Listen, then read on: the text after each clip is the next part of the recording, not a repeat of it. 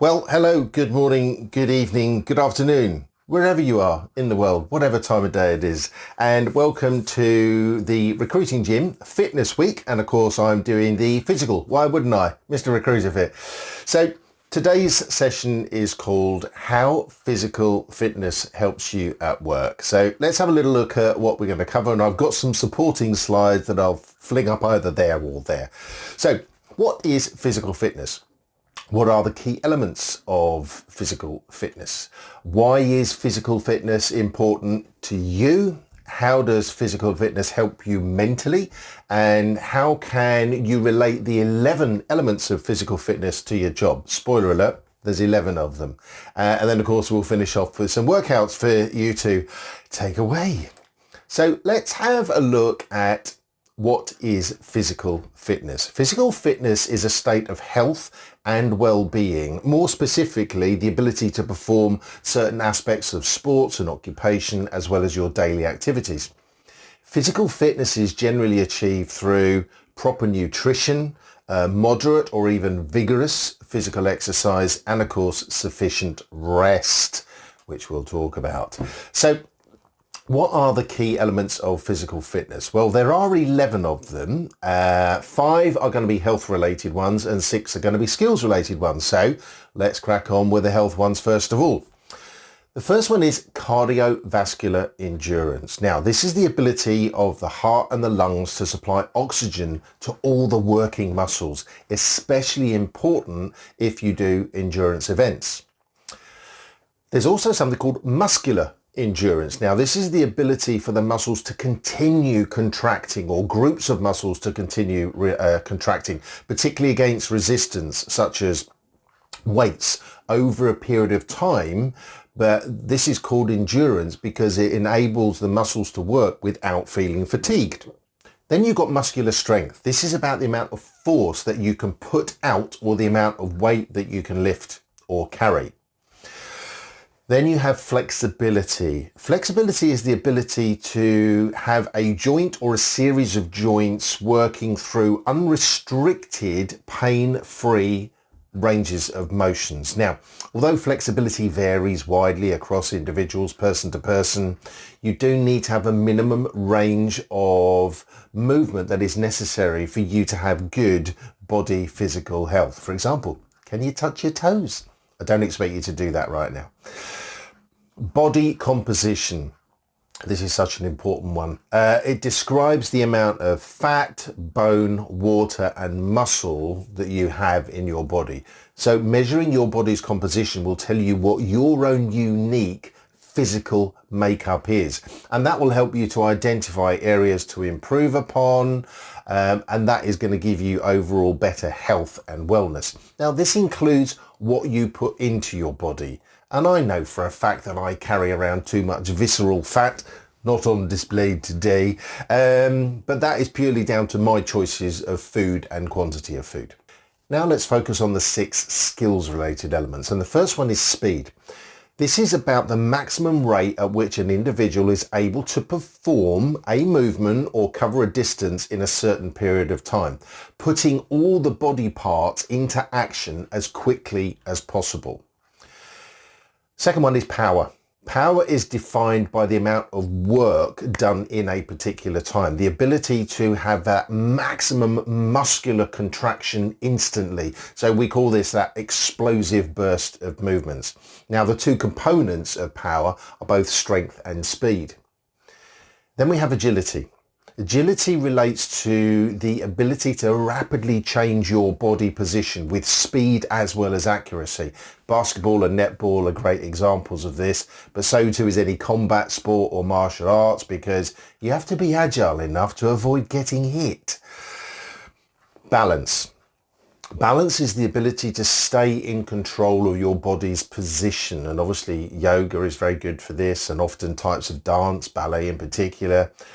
This is often for us, it's just our ability to remain upright. So you do need a strong core, and of course you need good ear function because the ear is crucial for your balance. You take gymnastics, the beam in particular, bike riding, rock climbing, dancing. Even in the gym, you need good balance, particularly if you're losing weights, because otherwise if you have imbalance, you're going to get yourself injured. Coordination is the next one. The ability to execute smooth, accurate, controlled motor responses. Coordination is the ability to select the right muscles at the right time with the proper level of intensity to achieve that proper action. My dance moves do not have this element. Reaction time. This refers to the speed to which someone reacts to an external stimulus. For example, with athletics or swimming, it's the gun going off at the start of the race. And athletes are often measured on their reaction time. How quickly do they get out of that blocks? And it's the speed in which they react can be the difference between first and second or even last place. Hence the expression, be first out the blocks. So why? Why is physical fitness important to you? Regular exercise and physical activity promotes strong muscles and strong bones. It improves respiratory, cardiovascular health, and basically your overall health. Let me give you a list of things that it can do. It can reduce your risk of heart disease or even heart attack. It can help you manage your weight better. It can lower your blood cholesterol level. It can lower the risk of type 2 diabetes and some cancers. It can lower blood pressure.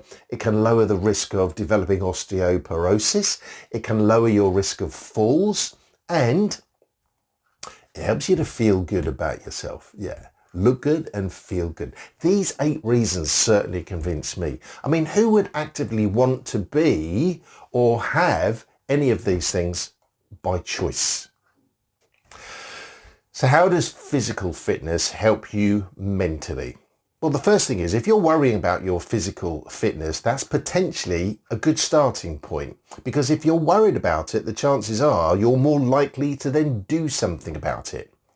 That said, don't spend too much time worrying about it, because that can cause additional stress and anxiety, and that can lead to adverse medical conditions or health problems. Just make a small decision, and that small decision is to do something. Do something small, something that will actually start you on that road to improved physical fitness and, of course, all the associated benefits that you get from it. For me, it's always been about the mind-body link, because being physically fit helps you to feel good about yourself. You feel good when you look in the mirror, when you step onto the scales, or the step of shame, or you see yourself, you visualize yourself in that outfit, or better than that, you're in that outfit that has been hiding in the back of the wardrobe for many, many years. And do you know what? Another brilliant thing happens. Other people notice it too, which prompts them to say nice things about you, and that's got to make you feel good. Now, all of a sudden, the sacrifices that you've made with your food and your drink choices, and the sweat and the tears you've endured in the pursuit of better physical fitness, they just pale into insignificance, because you're now glowing from the inside out. Well done, you. Physical fitness starts in your head. It's as much a mental battle as it is a physical one. It's your mind that stops you exercising whilst you're exercising, but it also stops you from starting it in the first place. So this is where you need to make a mental switch from inactivity to some form of actual activity. You will feel good about yourself, and you know what? Your body will reward you. Yes, you are going to be rewarded with free drugs. When you exercise, your body releases chemicals. Yep. Chemicals such as dopamine and endorphins. These are things that make you feel happy. So not only is your brain pumping out these feel-good drugs, but exercise also gets rid of bad chemicals that makes you feel stressed and anxious. Double bonus.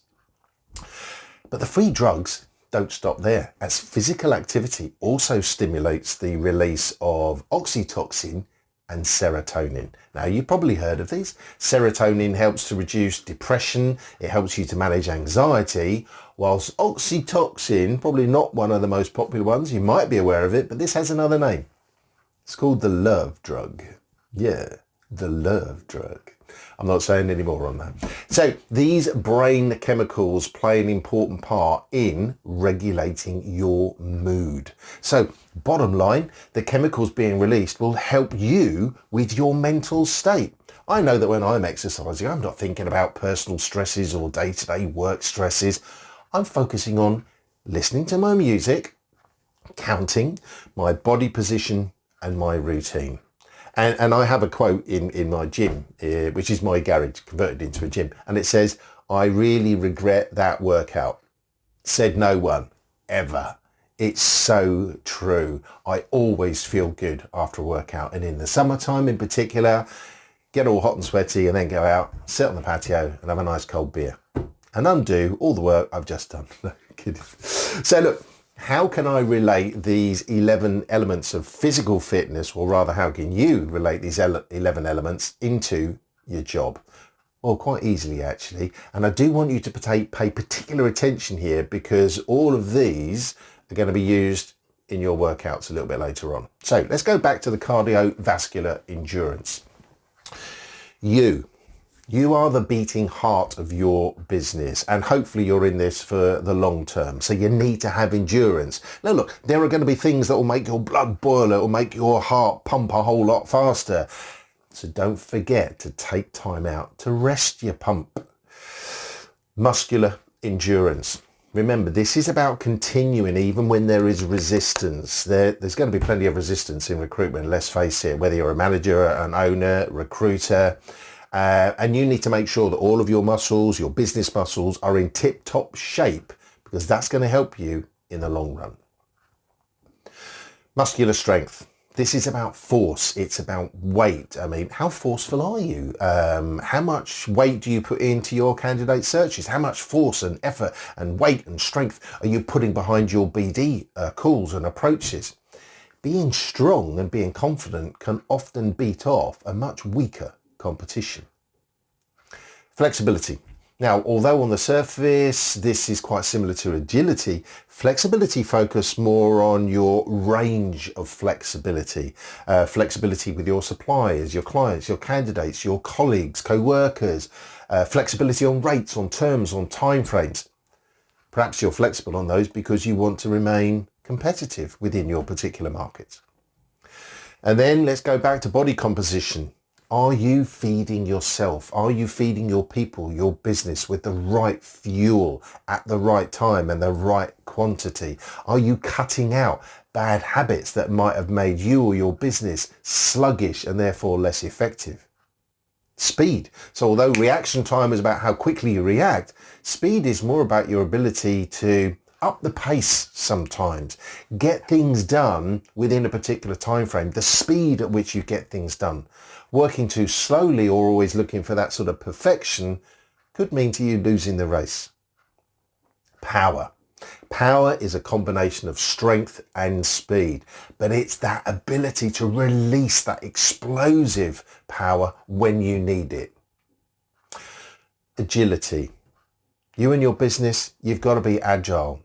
You know, you've got to be able to have the ability to change according to internal or external forces. Dare I say it, a lot of businesses have pivoted. Do you need to pivot? Balance. You have to have balanced days, balanced activity, balanced weeks, balanced months, balanced quarters, balanced years. You have to have a balanced business scorecard. You can go and Google that. There's plenty of information on that. But balance where you're spending your time, with who, on what, and for how long. Coordination. Who's in control? Who's in control of what? Does everyone know what their involvement is in the outcome? Are the processes, are they seamless? Are they highly coordinated and highly controlled? If not, maybe your business does lack some form of coordination, and maybe you'll end up in the wrong place, or worse than that, you end up back in the same place. In other words, you've been going around in circles. Reaction time. you all know that this is about response. How quickly do you respond to candidate requests and to client requests? How quickly do you identify problems within your business and deal with them? Bottom line, treat your business like you would your body. Look after it, feed it with the right fuel, the right amount of fuel at the right time. Strengthen the parts that need strengthening. Limber up where you need to, loosen up where you need to, be flexible, be more agile. Look after the weaker parts. Identify all the working parts and make sure that they're all working in harmony. And 2 final points. Use it and rest it. Not using your body could culminate in potential life-threatening conditions. Don't let your business suffer the same consequences. Not resting. See, this could mean early burnout, making mistakes, rushing, being busy fools, and ultimately having poor business health. So what are you going to do? Here's a thought. When you do the workouts, here's the workout. Actually, it's a fairly simple workout. Review all the previous 11 points of the physical fitness elements and ask those questions of yourself, your colleagues, and your business. So stay fit, everyone, both mentally and physically. This is Mr. Recruiter Fit at the Recruiting Gym, signing off.